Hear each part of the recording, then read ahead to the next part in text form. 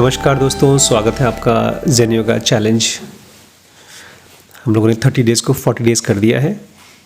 और दोस्तों, कल एक वीडियो बनाया था मैंने आपके लिए, हम सब ने बनाया था मिल करके, लेकिन उस वीडियो में आवाज़ इतनी ख़राब हो गई थी, पता नहीं किसी माइक में कुछ प्रॉब्लम हो गई, इसलिए हम लोग कल अपलोड नहीं कर पाए। तो आज के वीडियो में मैं बात करना चाहता हूँ, where is your spiritual path. मैं बात करना चाहता हूँ, where is your spiritual path. इसमें 4-5 बहुत इंपॉर्टेंट वर्ड्स हैं। मैं चाहता हूँ इसको आप लिख लीजिए अपने डायरी में, क्योंकि उसको समझना पड़ेगा, थोड़ा अच्छे से समझना होगा। सबसे पहला वर्ड होगा स्पिरिचुअल एडवेंचर। ये सारी की सारी चीज़ें ज़ेन योगा में कही गई हैं और देखने में लगता है जैसे कि नॉर्मल से सिंपल वर्ड है, स्पिरिचुअल और एडवेंचर। दूसरा है एथिकल इनफ्लेक्सिबिलिटी। तीसरा है प्रिंसिपल्स ऑफ एथिक्स। चौथा है dynamic particularities, generalisation, individuality of psychological incident. इन सभी शब्दों को मैं इसलिए बोल रहा हूँ क्योंकि हर एक वर्ड आपके लिए एक पिक्चर बनाने वाली है, और उस पिक्चर से आपको ये मैप समझ में आएगा, आपके स्पिरिचुअल पाथ का मैप। सबसे पहले मैं चाहता हूँ आप इस चीज़ को पूछें और समझें, what is a spiritual path.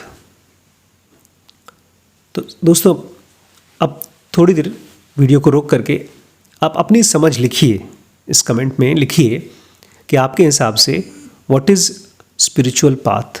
आपका स्पिरिचुअल पाथ क्या है? वैभव, आप बताइए, what is your spiritual path. Spiritual path मतलब जो चीज़ हम लोग डेली लाइफ में फॉलो कर रहे हैं ना, जो भी आपको समझ में आता है। Don't try to understand my question. मैंने कुछ वर्ड्स बोले, उसको आपने सुना, अब उसके बाद आपको इसका आंसर क्या समझ में आता है। What is your spiritual path? मुझे रीडिंग और 3 स्टेप ब्रीदिंग केवल समझ में आता है। Right, reading and 3 step breathing, ये काफ़ी सही है। इसको मैं और बारीक तरीके से अगर समझने की कोशिश करूं, तो जब आप कुछ पढ़ते हैं जो आपको पढ़ने का मन करता है, या जब आप 3 स्टेप करते हैं, तो आपके माइंड में कुछ होता है। क्या होता है? माइंड काम होता है, भले टेम्परेरी हो, शांत होता है।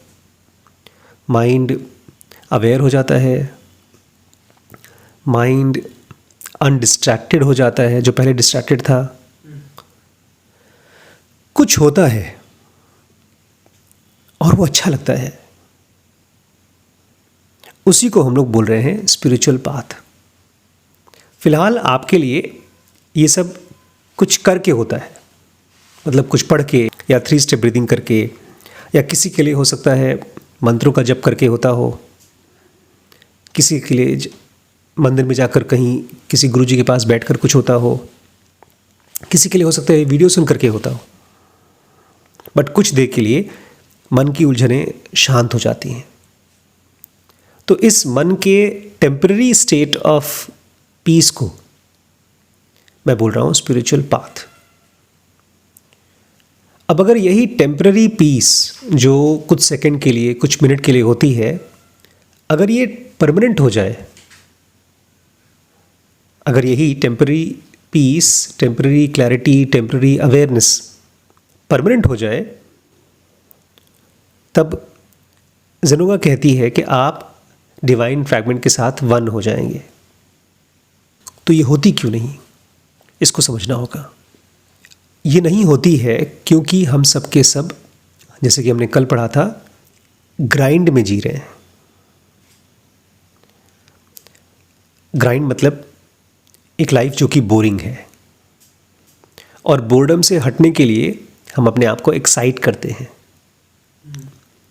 और जब एक्साइट हो जाते हैं तो थक जाते हैं। नहीं, थकते नहीं, जब हम एक्साइट हो जाते हैं तो डर जाते हैं।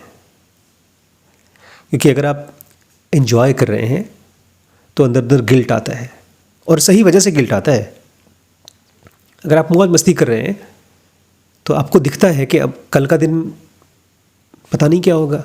तो गिल्ट फील करने के बाद फिर हम लोग आ जाते हैं डल लाइफ में। आपको पता है ना डल लाइफ की वजह क्या है?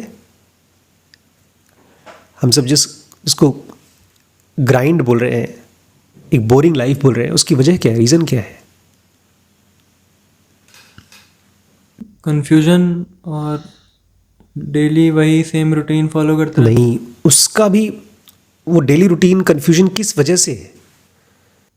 कि कोई रिजल्ट पाने के लिए। हाँ, सुपरफिशियलिटी की वजह से। जैसे आज ही एक लड़का था, मुझसे बोल रहा था कि मैं पता नहीं क्यों अपने आप को 24 घंटे किसी न किसी से कंपेयर करता रहता हूँ, अपने दोस्तों से, अपने कज़न से। तो क्यों करता रहता है वो? बिकॉज वो फैक्ट नहीं देख पा रहा है। मैंने उसको बोला, वो इंजीनियरिंग का स्टूडेंट है, मैंने उसको बोला तुम ऐसे हो जैसे कि, पता है स्कूल में आपने देखा है कभी, एक होता था वर्नियर कैलिपर, देखा है आपने? और एक होता था उससे भी छोटी चीज़ नापने के लिए स्क्रू गॉज होता था। तो स्क्रू गॉज से आप किसी भी तार की डायमीटर नाप सकते थे, और वर्नियर कैलिपर से आप किसी भी चीज़ की, छोटी मोटी चीज़ की लेंथ नाप सकते थे। तो मैंने उससे कहा तुम्हारा माइंड ऐसा हो गया है जैसे कि वर्नियर कैलिपर लेकर के वो एक गेहूं को एक चावल के दाने के साथ कंपेयर कर रहा है कि चावल का दाना कितने mm का है, 8 mm का, और गेहूं 7.5 mm की। तो इसका मतलब वो 8 mm की जो चावल है ये 7.5 mm के गेहूं से ज़्यादा बड़ा है। बट दोनों अलग हैं। और हम क्यों जानते हैं दोनों अलग हैं? बिकॉज हम फैक्चुअली देख रहे हैं, हमारी आंखों से दोनों का रंग अलग दिखाई दे रहा है। प्लस हम दोनों का भविष्य जानते हैं। एक को हम उबाल के खाते हैं, एक की रोटी बना के खाते हैं। लेकिन जब हम अपने दोस्तों से अपने आप को कंपेयर करते हैं तो हम नहीं रियलाइज़ कर पाते कि ये दो लोग एकदम अलग अलग हैं। और वो हम क्यों करते हैं? क्योंकि हम दो चीज़ों से फंसे हुए हैं। सुपरफिशियल लाइफ की कारण क्या है? सुपरफिशियल लाइफ क्यों जी रहे हैं हम लोग? क्योंकि हम जल्दबाजी में हैं और अच्छा करने की कोशिश कर रहे हैं। खुद तो अच्छे के बारे में आइडिया नहीं होता तो हम आसपास के लोगों से कंपेयर करते हैं। अब मुझे याद है 10th के एग्ज़ाम में मैं लिख रहा था, टेंशन में था, और बगल में एक बच्चा था जो बहुत अच्छा, उसकी हैंडराइटिंग बहुत अच्छी थी। तो उस समय उसी की हैंडराइटिंग देख करके मेरा दिमाग को लग रहा था यार मैं इतनी ख़राब हैंडराइटिंग लिख रहा हूँ। ये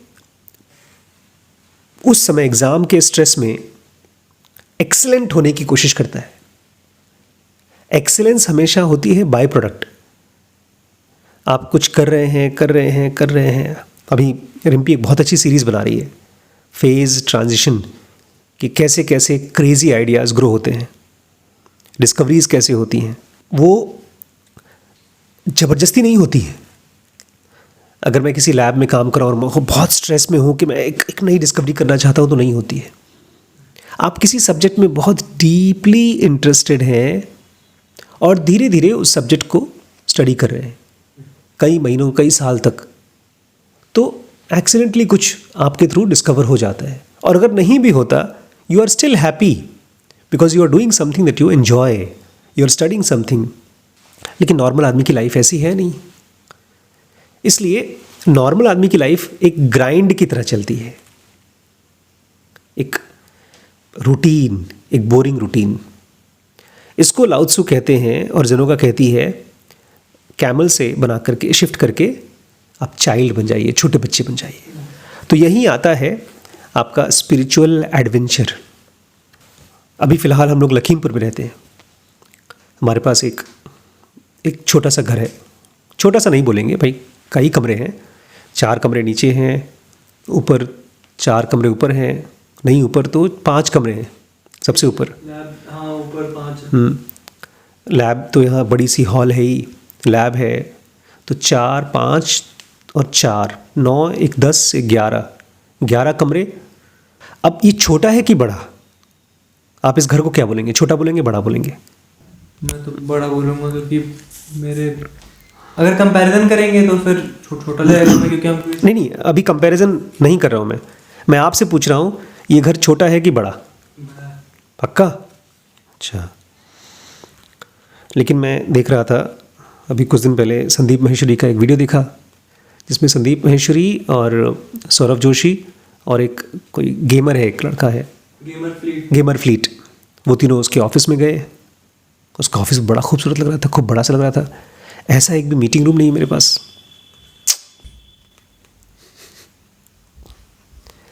ये कंपैरिजन है। लेकिन इस कंपैरिजन में मैंने एक खास चीज़ को ओवरलुक कर दिया।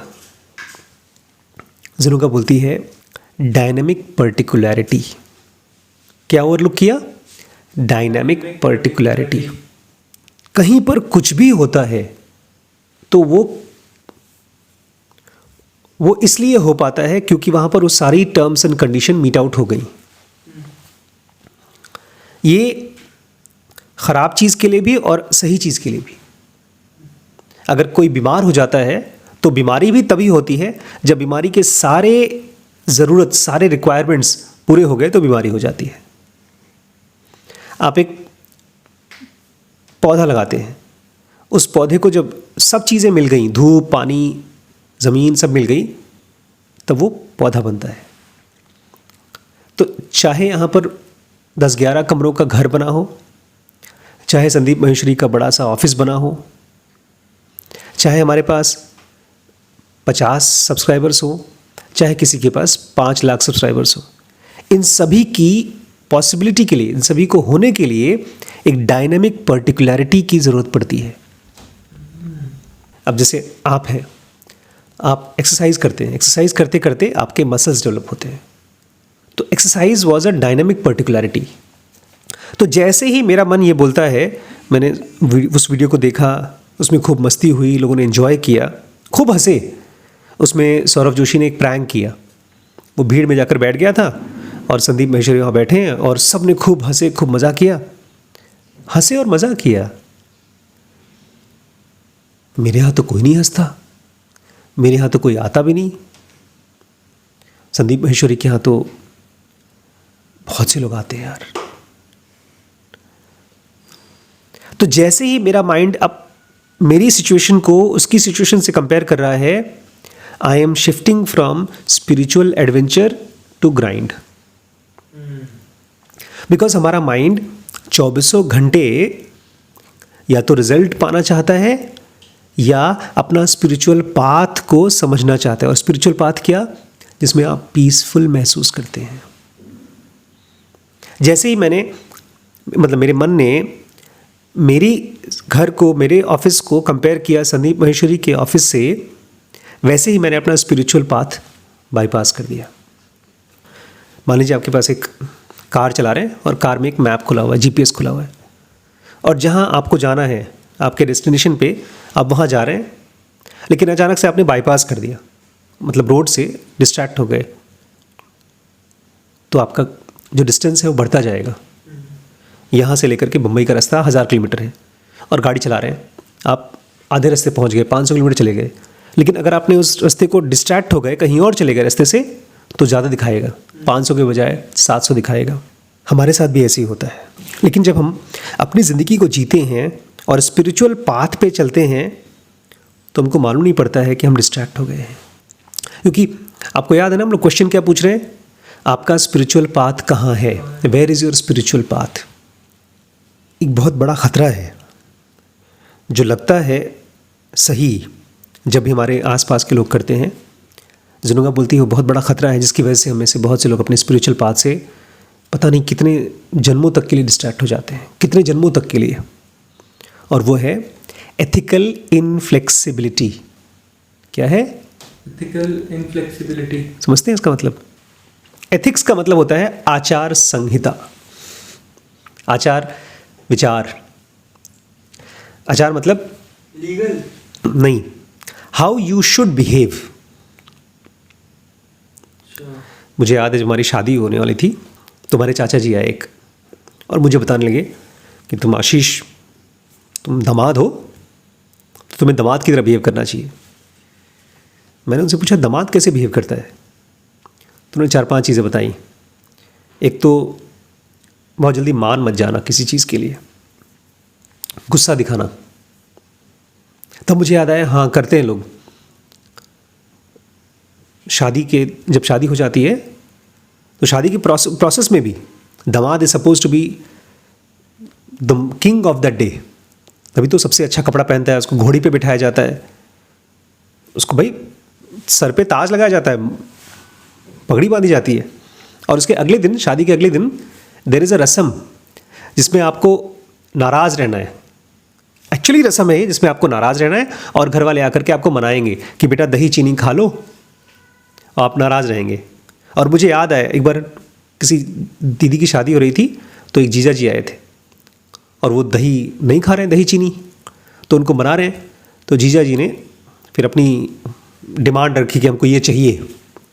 तो उस ज़माने में ये 2-in-1 आता था। 2-in-1 मतलब टेप रिकॉर्डर, बोलते टेप रिकॉर्डर देंगे तब हम मानेंगे। कोई घड़ी मांगता था, कोई कुछ मांगता था, लोग इट वॉज अ रिचुअल। तो मुझे चाचा बता रहे थे कि तुम्हें भी डिमांड करना चाहिए, दैट इज़ आचार, कि हाउ यू शुड बिहेव। अब ये तो एकदम ही निहायत गलत बात है, कि मेरे हिसाब से एकदम गलत है, मैंने ऐसे बिहेव भी नहीं किया। अच्छा, उसके बाद भी पता है एक लड़की वाले को कैसे बिहेव करना चाहिए, एक लड़के वाले को कैसे बिहेव करना, उन सब की एथिक्स है, उन सब की मान्यताएं हैं। इनफैक्ट एथिक वर्ड गलत है, रिचुअल बोलना चाहिए कि तुम्हें ऐसे ऐसे बिहेव करना चाहिए, एक बच्चे को ऐसे बिहेव करना चाहिए, एक बाप को ऐसे बिहेव करना चाहिए। इसको बोलते हैं रोल्स। लेकिन ये तो हम लोग डिस्कार्ड भी कर सकते हैं, मैंने डिस्कार्ड किया भी। हम लोग जब सोसाइटी में जीते हैं तो देयर आर एथिक्स मतलब ये सही है, ये गलत है। जैसे हेट्रेड सही है कि गलत? गलत। लेकिन आपने ये तो पूछा ही नहीं कि सिचुएशन क्या है। आपने बताया था उस दिन, कोई चीज़ तभी बनती है जब कोई सिचुएशन उसके साथ होती है, वरना तो कुछ है ही नहीं वो। क्योंकि हेट्रेड अपने आप में कुछ है नहीं, वो किसी सिचुएशन का एक रिजल्ट है। लेकिन आपने सीधे खुलते बोला गलत है। और ये चीज़ आप भी जानते हैं, जब आपके मन में गुस्सा आता है तो आप अंदर अंदर जानते हैं कि गलत है, आपको लगता है गलत है, और आपको लगने के बावजूद भी आप उसको हटा नहीं पाते बहुत देर तक। पता है क्यों? Because deep down your mind is judging. आप जब गुस्सा आ रहा है तो आप ये नहीं देख पा रहे हैं कि उस गुस्से के पीछे की डायनामिक पर्टिकुलरिटीज़ क्या है, कौन कौन सी चीज़ों की वजह से आ रहा है। जैसे हम डॉक्टर्स हैं, डॉक्टर्स क्या करते हैं, बीमारी को समझने की कोशिश करते हैं और देखते हैं कौन कौन सी चीज़ों से बीमारी हो रही है, उस चीज़ों को हटा दिया, बीमारी ठीक। जब ये दवाइयाँ चलती है ना, बुखार की दवाई, खांसी की दवाई, तो वो बुखार की दवाई जाकर के बॉडी में जो चीज़ें बुखार क्रिएट करती हैं उसको स्टॉप कर देता है, तो बुखार नहीं महसूस होता। तो अगर कोई आदमी हेट्रेड महसूस कर रहा है, if you find out what is the dynamic particularity, और ये कैसे पता चलता है? Through awareness. मान लीजिए मेरे मन में, आप अभी ये हुआ परसों नरसों से 3-4 दिन से आप मेरे वीडियोस को एडिट करने नहीं कर रहे हैं, चलिए नहीं कर रहे हैं, कोई बात नहीं कर रहे हैं। फिर मैंने आपको मीटिंग की, आपको समझाया, डाटा, इनफैक्ट काफ़ी स्ट्रेस दिया, आप फिर भी नहीं कर रहे हैं। और फिर मुझे आ गया गुस्सा। ठीक, गुस्सा आया। जैसे ही गुस्सा आया मुझे अनकंफर्टेबल महसूस हो रहा है, और मैं अपने आप से पूछता हूँ या कहता हूँ कि यार ये मेरा नॉर्मल स्टेट नहीं है, मैं डिस्टर्ब्ड हूँ, ये मेरा स्पिरिचुअल पाथ नहीं है, बिकॉज मैं डिस्टर्ब्ड हूँ। फिर मैं ध्यान से देखता हूँ अपने माइंड को, और मैं पूछता हूँ कि ये जो गुस्सा आया है वो किस चीज़ की वजह से आया है। फिर मैं देखता हूँ कि मैंने वैभव को बोला कि मेरी वीडियोस को एडिट करो। वैभव क्या कर रहा है उस समय? वो अपने कोई वीडियोस बना रहा है, उसकी स्क्रिप्टिंग कर रहा है, और उसमें काफ़ी मसरूफ़ है, काफ़ी बिजी है। और मैं भी अपने काम को कर रहा हूँ, मैं भी बिजी हूँ, लेकिन मैं वैभव से एक्सपेक्ट कर रहा हूँ कि वो अपना काम छोड़ करके मेरा काम करे। इन सब चीज़ों को मैं अगर देखूंगा तो ही दिखेगा। ये सब सिचुएशन की डायनामिक पर्टिकुलरिटीज़ हैं। अगर मैं इसको ना देखूं तो बोलूँ अच्छा जो तुम काम कर रहे हो बहुत ज़रूरी है, छोड़ो उसको, आओ यहाँ पे। जैसा कि आमतौर पे पेरेंट्स बोलते हैं। बचपन में मुझे याद है, मैं तो बच गया, बहुत से लोग नहीं बच पाते। पापा बोला करते थे, अगर तुम्हें 90% आ गए मार्क्स, तब तुम्हारे लिए गिफ्ट, साइकिल, मोटरसाइकिल और पता नहीं क्या क्या बड़ी बड़ी बातें बोलते थे। मैं कोशिश भी करता था, लेकिन कहाँ सक्सेसफुल हो पाते हैं, क्योंकि मार्क्स या रिजल्ट तो आपके हाथ में होता नहीं। लेकिन वो ये भूल जाते थे कि उस बच्चे को जिसको 90% मार्क्स नहीं आ रहे हैं, उसके पीछे की डायनामिक पर्टिकुलरिटी क्या है। नहीं समझे? उसकी वजह क्या है? उसकी वजह क्या है? 90% और उसके बाद क्या होता था, जब भी आप किसी चीज़ को गहराई से जाकर स्टडी नहीं करते हैं, तब आप उसको एक और बड़ी खतरनाक चीज़ करते हैं, उसको बोलते हैं जनरलाइजेशन। ये आलसी है, ये निकम्मा है। सुना है कभी? और वो ख़राब पता है क्यों लगता है? ख़राब इसलिए लगता है क्योंकि मेरे सामने मुझसे समझदार आदमी, मेरे पिता, मेरा बड़ा भाई, मुझे समझ नहीं पा रहा है। मैं तो नहीं समझ पा रहा हूँ, बट वो भी मुझे समझ नहीं पा रहा। और हमको लगता है जो वो आदमी बात कह रहा है वो सच कह रहा है। हमको लगता है कि हम सच में आलसी हैं।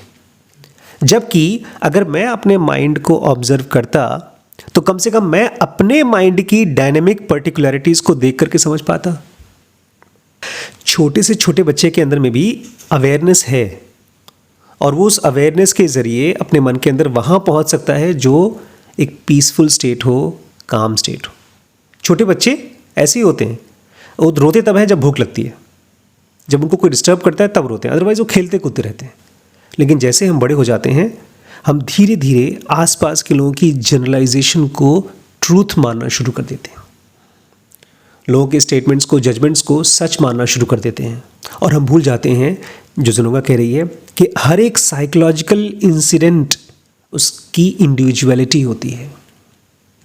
मतलब अगर मैं पढ़ाई कर रहा हूँ, मेरी पढ़ाई नहीं अच्छे से हो पा रही है, मैं एग्ज़ाम में टॉप नहीं कर पा रहा हूँ, 90% नहीं ला पा रहा हूँ, मैं पास नहीं हो पा रहा हूँ, मैं फेल हो रहा हूँ, तो उसकी एक इंडिविजुअलिटी है। उस घटना की एक इंडिविजुअलिटी मतलब वो घटना यूनिक है, उसको वैसा ही होना चाहिए था, and we were not suppose to जज इट। अगर आप उस स्टेट में पहुंच सकें जहां पर किसी भी घटना को, अपने या किसी और की किसी भी घटना को आप सही या गलत नहीं बोलेंगे, तब आप कहां पहुंचते हैं? अपने स्पिरिचुअल पाथ पे। स्पिरिचुअल पाथ मतलब वो स्टेट जहां पर आप काम हैं, क्लियर हैं। तो where is your spiritual path? दो चीज़ों के बीच में। आपका स्पिरिचुअल पाथ दो चीज़ों के बीच में है। ये मैथमेटिक्स का बताया, स्पिरिचुअल मैथमेटिक्स में 16 प्रिंसिपल्स हैं। उसमें से एक प्रिंसिपल ये कहता है कि एक आदमी क्या है? Changing, perhaps evolving personality. हर इंसान, आप, मैं, जो लोग यूट्यूब के वीडियोस देख रहे हैं, हमारे माता पिता, जो भी इंसान दुनिया में है, हर एक इंसान क्या है? एक तरफ है वो चेंजिंग और शायद इवॉल्विंग पर्सनैलिटी। हम सबकी पर्सनैलिटी बदल रही रोज रोज, और शायद वो बढ़ भी रही है, ग्रो कर रही है। तो एक तरफ तो ये है जो हमेशा बदल रही है, और दूसरी तरफ है life full of changing incidences. हर रोज की लाइफ जहां पर चीजें रोज रोज कुछ कुछ नया हो रहा है। और इन दोनों के बीच में हम अक्सर अपने स्पिरिचुअल, इन दोनों के बीच में होता है स्पिरिचुअल पाथ, हमेशा होता है। What is the meaning of spiritual path? A state where mind is peaceful and mind is clear. ये हमेशा होता है, लेकिन हम डिस्ट्रैक्ट क्यों कर जाते हैं? बिकॉज हम अपने आप से पूछते नहीं है, where is my spiritual path. अगर आप रास्ते में ना गाड़ी चला रहे हैं और अपने आप से पूछेंगे नहीं मैं क्या रास्ते पे हूँ, रास्ते पे हूँ, रास्ते पे हूँ, तो आप रास्ते पे नहीं रहेंगे। आपको रोज पूछना पड़ेगा भाई, हर सेकंड पे पूछना पड़ेगा, मैं सही रास्ते पे जा रहा हूँ कि नहीं, कहीं गलत कट तो नहीं ले लिया। लेकिन जब आप स्पिरिचुअल रास्ते पे हैं, जब अपनी लाइफ को जी रहे हैं, तब ये पूछना भूल जाते हैं, am I on my spiritual path or no? And what is the meaning of spiritual path? Being calm, being aware. ज़ुनोगा कहती है path never gets lost. किसी भी कंडीशन में, कितनी भी सिचुएशन बदली हुई हो, कितनी भी आपकी पर्सनालिटी खराब से खराब हो, the spiritual path is never lost. मतलब एक खराब से खराब आदमी भी पीसफुल होना चाहे तो पीसफुल हो सकता है, और हुए भी हैं। अंगुलीमार हुआ, वाल्मीकि हुए? अंगुलीमाल भी तो खूनी था, डकैत था। अंगुलीमाल भी वो आदमी था जिसके आसपास की दुनिया बदल रही थी, और वो आदमी था जिसकी पर्सनैलिटी भी चेंज हो रही थी। लेकिन उसने हमसे क्या अलग किया? बुद्ध की वजह से उसने सवाल पूछा। बुद्ध जब मिले थे उससे तो उसने कहा रुक जाओ। तो बुद्ध ने कहा मैं तो रुक गया हूँ मतलब वो उसको बताना चाहते थे कि मैं शांत हूँ, मैं स्पिरिचुअल पाथ पे हूँ। अब जब कोई कहता है ना स्पिरिचुअल पाथ, तो लगता है कि कई जन्मों का, कई सालों का हम प्रैक्टिस करेंगे तब कहीं पहुँचेंगे। स्पिरिचुअल पाथ दोनों चीज़ें हैं, इस मोमेंट का स्पिरिचुअल पाथ और वो लंबे समय का spiritual path. But we don't have to worry about the long spiritual path, we have to only think about this moments peaceful state. और जब भी कोई चीज़ भी आपको डिस्टर्ब करे तो आप जान जाइए दो चीज़ें हैं, एक मेरी पर्सनालिटी जो शायद अभी डिस्टर्ब्ड है, और आसपास की चीज़ें जो कि बदल रही हैं। और इन दोनों के बीच में एक सामंजस्य बनाना है, एक इक्वानिमिटी मतलब कोई ऐसी चीज़, ऐसा थॉट, ऐसा इमोशन जिसमें आप पीसफुल हो सकें। जैसे संदीप महेश्वरी के यहाँ तो सौरभ जोशी गया, मेरे यहाँ तो नहीं आया, तो मेरे यहाँ तो वैभव आया है, गौरी आए हैं, या कोई नहीं आया, फिर भी can you find out reason और perhaps no reason to be peaceful, because that is your spiritual path. Peace is not something good. Peace is most important thing. Silence is not something of a luxury कि यार मिल जाए तो अच्छी बात है. Silence is the primary ingredient for a person who wants to get enlightened. कभी भी किसी भी सिचुएशन को इतनी जल्दी से जज मत करिए कि अच्छी है कि ख़राब, सही है कि गलत, सक्सेसफुल हो कि फेलियर। बिकॉज हो सकता है आप अपने आप को जिससे कंपेयर कर रहे हैं, जिसके पास शायद करोड़ों रुपए हैं। अभी आज ही मुझसे कोई शेयर कर रहा था कि बायजूस कंपनी बहुत बड़ी एडटेक, इंडिया की सबसे बड़ी एडटेक है, लेकिन सबसे बुरी कंडीशन में। उसने अभी इनकम टैक्स फाइल किया है अभी पिछले हफ्ते, और इतना ज़्यादा लॉस दिखाया है कि पूरी कंपनी स्ट्रेस में है। श्रद्धा बता रही थी कि एम्प्लॉयज़ को बोला गया है अगर तुमने रिजल्ट नहीं दिया तो सीधे टर्मिनेशन, जॉब से निकाल दिया जाएगा। तो जो हमको लगता है देखने में, हमारी आंखों को लगता है देखने में, वो सचमुच में ऐसा होता नहीं है। हम एक तरफ गेहूं को एक तरफ चावल से कंपेयर कर रहे हैं। हर एक सिचुएशन डायनामिक है, मूविंग है, और उसमें आपको केवल अपने आप से ये पूछना है where is my spiritual path. इसके अलावा कुछ और पूछा तो डिस्ट्रैक्ट हो गए, लेकिन ये पूछा तो आपको सब समझ में आ जाएगा चीज़ें हो क्या रही हैं और कहाँ पहुँचना है। We are born only for this, nothing else. दोस्तों, अगर आप इस यात्रा में मेरे साथ चलना चाहते हैं तो कमेंट करके बताइए, और ज़रूंगा बेसिक एडवांस कोर्स में मैं आपका इंतज़ार कर रहा हूँ। और ज़ेनोविले बनाने के लिए आपकी सपोर्ट की ज़रूरत है।